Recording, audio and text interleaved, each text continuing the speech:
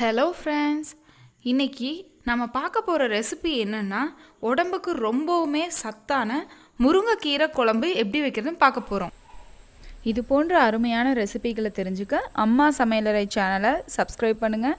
அப்படியே அந்த பெல் ஐக்கானையும் கிளிக் பண்ணுங்கள். தேவையான பொருட்கள் என்னென்னு பார்த்துடலாம். முருங்கைக்கீரை 2 கப் எடுத்து வச்சுருக்கேன். சின்ன வெங்காயம் 1 கப், தக்காளி 1, வரமிளகா 6 எடுத்திருக்கேன், சீரகம் 1 டீஸ்பூன், சோம்பு 1 டீஸ்பூன், பெருங்காயம் கொஞ்சம், மிளகு 1/4 டீஸ்பூன், கருவேப்பிலை கொஞ்சமாக எடுத்திருக்கலாம், துவரம்பருப்பு 1 கப், மஞ்சத்தூள் 1/2 டீஸ்பூன், தேங்காய் 1 கப் எடுத்திருக்கேன். ஒரு பாத்திரத்தில் தண்ணியை ஊற்றி சூடு பண்ணிக்கலாம். மிக்சி ஜாரில் எடுத்து வச்சுருக்க கருவேப்பிலை, மல்லி, மிளகு, சீரகம், பெருங்காயம் இது எல்லாத்தையும் சேர்த்திக்கலாம்.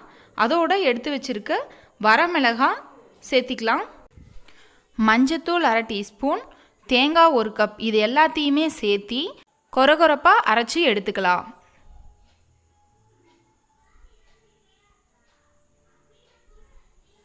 இப்போது தண்ணி நல்லா சூடாயிருச்சு. எடுத்து வச்சுருக்க முருங்கைக்கீரையை அதில் போட்டு வேக வச்சுக்கலாம். முருங்கைக்கீரை வேகிறதுக்கு தேவையான அளவுக்கு உப்பு சேர்த்தி வேக வச்சுக்கலாம். கொரகொரப்பாக அரைச்சி வச்சுருக்க அந்த பேஸ்ட் கூட துவரம்பருப்பு 1 கப்பை சேர்த்திக்கலாம். சேர்த்தி அரைச்சி எடுத்துக்கலாம்.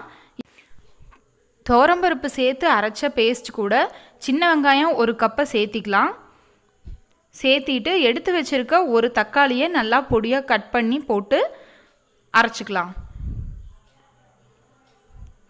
இப்போது முருங்கைக்கீரை நல்லா வேகுது, கொதிச்சு வந்துருச்சு பாருங்கள்.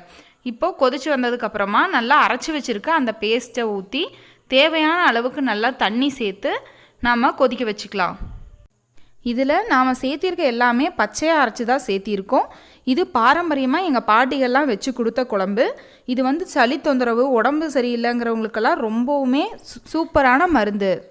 இப்போது தேவையான அளவுக்கு அதுக்கு உப்பு சேர்த்திக்கலாம். குழம்பு கலவா சேர்த்தி நல்லா கொதிக்க வர வரைக்கும் கொதிக்க வச்சுக்கலாம். இப்போ பாருங்கள், நல்லா நுரக்கட்டி கொதிச்சு வந்திருக்கு. நல்லா பச்சை வாசம் போகிற வரைக்கும் நல்லா கொதிக்க வச்சு எடுத்துக்கலாம். இப்போ நல்லாவே கொதிச்சிருச்சு. நம்ம முருங்கைக்கீரை குழம்பு ரெடி ஆகிடுச்சு. ஆஸ் யூஷுவல் குழம்பு போல் இல்லாமல் இந்த முருங்கைக்கீரை குழம்பு ரொம்பவுமே டிஃப்ரெண்ட்டாக அண்ட் டேஸ்ட்டாக இருக்கும். ஹெல்த்தியான ரெசிபியும் கூட. இதை கண்டிப்பாக நீங்கள் வீட்டில் ட்ரை பண்ணுங்கள். ட்ரை பண்ணி பார்த்துட்டு எப்படி இருக்குன்னு சொல்லுங்கள். இந்த வீடியோவை லைக் பண்ணுங்கள். நம்ம சேனலை சப்ஸ்கிரைப் பண்ண மறந்துடாதீங்க. தேங்க்யூ.